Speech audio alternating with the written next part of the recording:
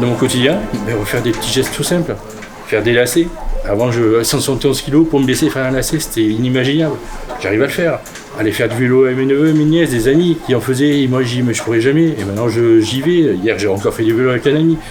Plein de choses, des petites choses au quotidien qui va. Aller faire les courses, pousser un chariot, parce qu'on a mal au dos, donc c'est un chariot. Maintenant je peux y aller, je prends des vues, on fait pas le bourrin, mais on est bien. Et puis on revit surtout.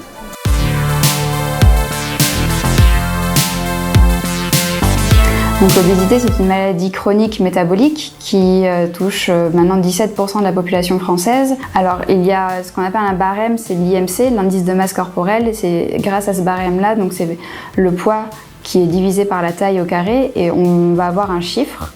Et c'est ce chiffre-là qui va déterminer si la personne est en surpoids ou en obésité. La limite est à 25, jusqu'à 25 on est en IMC normal, à partir de 25 on rentre dans le surpoids pour ensuite à partir de 30 arriver dans l'obésité. Et après il y a plusieurs grades d'obésité, la 1, la 2, 3, voilà.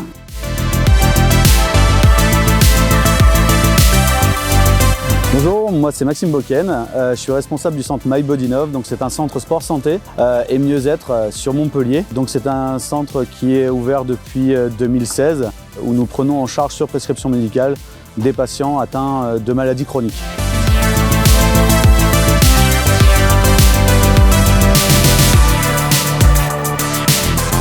Le métier, c'est avant tout dans un premier temps de la prévention.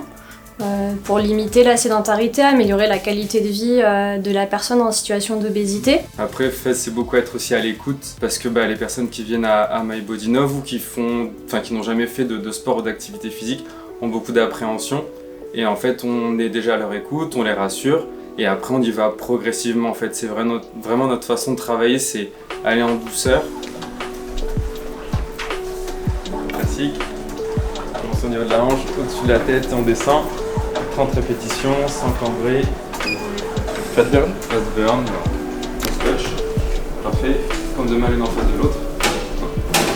Voilà. Non, mais qui se fasse bien conseiller par un chirurgien, par un médecin traitant.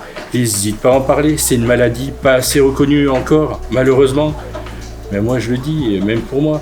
Mais par contre, quand on est dans le parcours, quand on se fait opérer ou quand on veut perdre du poids, surtout ne rien lâcher et ne pas le faire tout seul.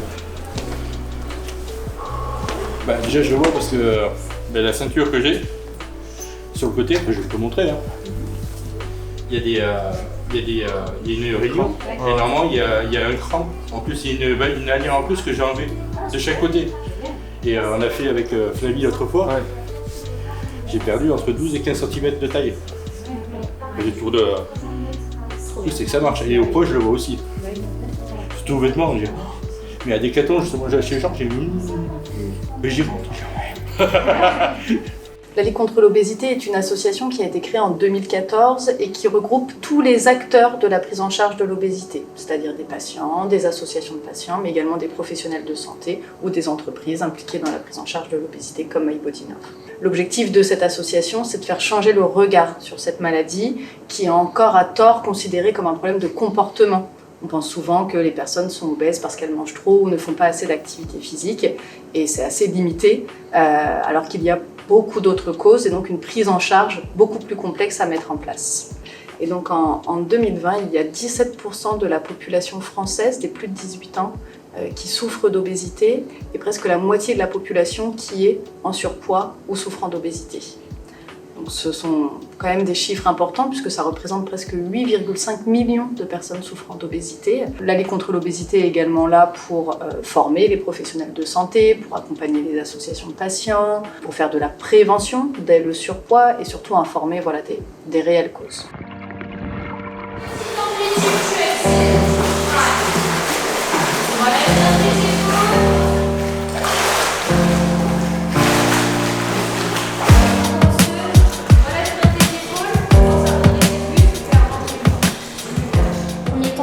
Alléger le poids du corps, donc on a moins de douleur sur les articulations. Selon les exercices, si on va faire des exercices sautés, on peut reproduire des mouvements qu'on ne peut pas faire au sol de par l'impact des articulations. On travaille beaucoup avec résistance, donc du coup on est plus sur du renforcement musculaire, on va travailler en amplitude Mais on peut aussi très bien travailler le cardio-respiratoire sur des petites amplitudes, accélérer le mouvement. Et le ressenti, je pense, est assez agréable. Le ressenti, c'est comme elle disait, comparé au sol et qu'on est dans l'eau, le poids, déjà dans l'eau, on ne sent pas. Donc on a plus l'aisance de faire des mouvements que dehors, on n'arrive pas à faire. Et du coup, elles nous font bien travailler. On s'en aperçoit pas, mais par contre après, on le ressent parce qu'on dit ah bah oui, ça a bien travaillé, mais on n'a rien senti. Bon, moi, je leur conseille tout simplement d'aller marcher, déjà d'aller faire une activité qui leur plaise. S'ils veulent aller marcher dans l'eau, qu'ils aillent marcher dans l'eau. S'ils veulent aller faire de la randonnée. Mais c'est surtout vraiment de faire une activité physique à une intensité relativement faible. Je préfère vraiment que les patients fassent un petit peu plus longtemps au niveau de la durée, mais à une intensité cardiaque qui est vraiment faible. En fait, le patient doit pouvoir tenir une conversation, mais être un petit peu essoufflé. Là, c'est la fréquence cardiaque à laquelle il va utiliser le plus de graisse, le plus de lipides et qui va être le plus efficace pour sa perte de poids. Ça sert à rien de faire un exercice très intense et court, on n'obtiendra absolument pas ce qu'on veut.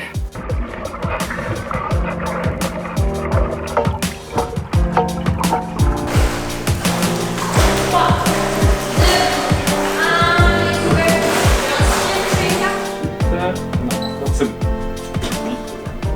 Les bras légèrement écartés. Analyse de la masse corporelle pour justement voir un peu l'évolution de la masse grasse, masse musculaire, masse hydrique et la répartition dans le corps des adhérences. Et donc remettre les poignets et de se rechausser. Santé avant tout.